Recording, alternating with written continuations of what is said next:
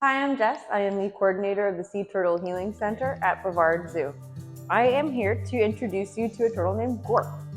Gorp is a juvenile green turtle who came to us on August 31st after being wrapped up in fishing line. Unfortunately, this fishing line had been wrapped around their neck and both front flippers and unfortunately damaged their left front flipper to the point where it had started to necrose and die. Their front left flipper was unfortunately unsalvageable, and that fishing line had wrapped around their neck, their front flipper, and also their rear right flipper.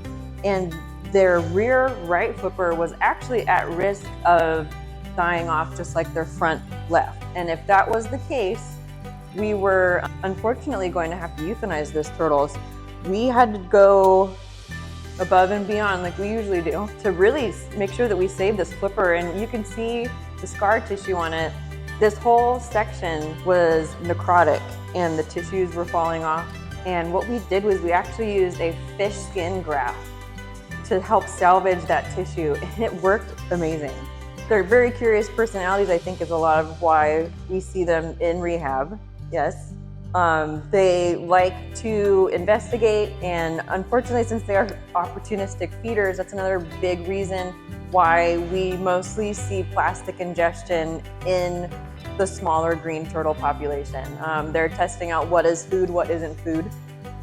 One of the biggest things that you can do to help sea turtles, and I know you've heard it before, but it is true, please pick up any trash or discarded fishing line that you see at the beach, or even while scuba diving. I think we've been so desensitized to hearing, please pick up trash, and we think that the person behind us, oh, they'll pick that up. But what if they don't? Gorp is just your typical little curious green turtle. So they love all of their enrichment in their pool. We have something called an itchy, and that's exactly what it's for, is itching. They spend a lot of their stay here just scratching their carapace on this itchy. And we also have fake kelp mats, which is made out of car wash streamers. And they love to investigate that. We'll hide food in that, and they'll, kind of sift through there to try to find their breakfast and their lunch. At first, Gorp was actually a very picky eater. So it took us a while to get used to the rehab food. Yes, it did. But now that we are on track with that, we're gaining weight very well.